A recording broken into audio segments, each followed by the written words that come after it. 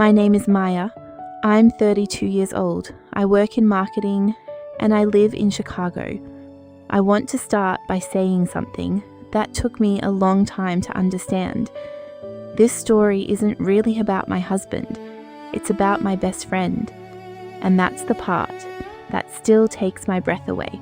There are two kinds of loss.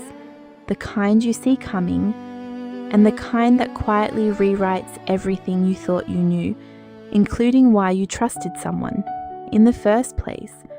I lost my marriage and my best friend in the same week, and I still can't decide which one hurt more. Jess and I had been friends since the first week of college, 14 years. We were the kind of friends who didn't need to explain things. She was the person I called when my dad got sick.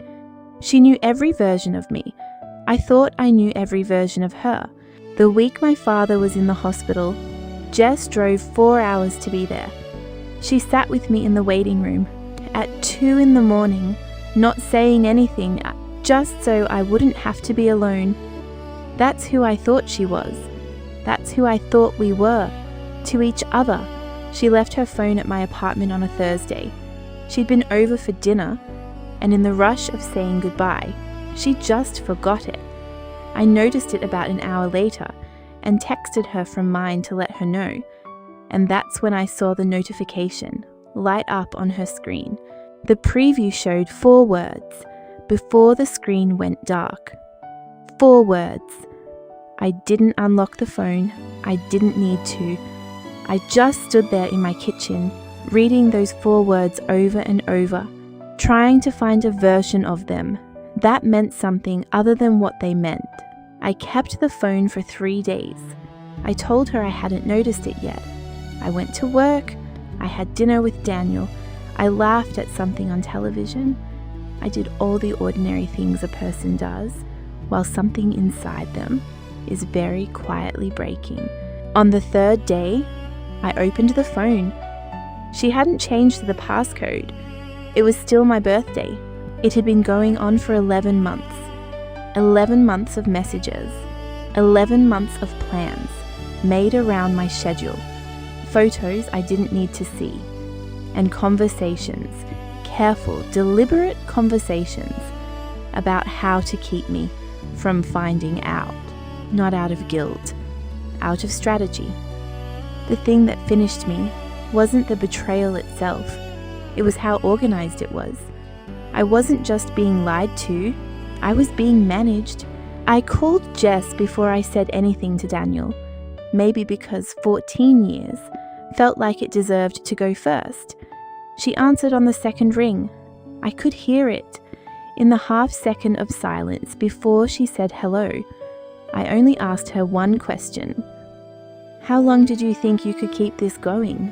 She said, I thought you'd never find out. Not, I'm sorry, not, I was going to tell you, just, I thought you'd never find out, Daniel cried. He said it meant nothing. He said it was a mistake. He said all the things people say when they are caught, and none of them landed. Because I had read 11 months of messages. I had seen what it meant to both of them. I had seen my name used as a logistical problem to be managed. The worst part, and I've thought about this more than I'd like to admit, wasn't finding out. It was realizing that at some point, both of them had made the same decision, that keeping this secret was worth more to them than I was. They chose the lie over me every single day. For 11 months, I left the apartment that night.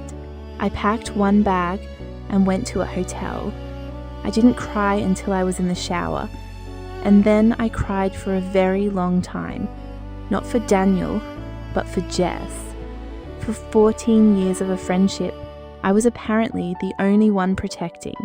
Therapists have a name for what happened in my situation. They call it triangulation.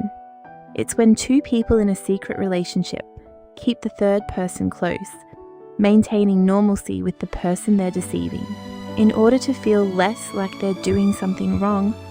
I wasn't just being lied to, I was the anchor. That made the lie feel sustainable. People ask me if I've forgiven them. I tell them I'm working on it, not for their sake, but for mine. Because forgiveness isn't about the other person deserving it. It's about refusing to let their choices continue to live inside you. What I know now is this: the people who stay aren't always the longest ones.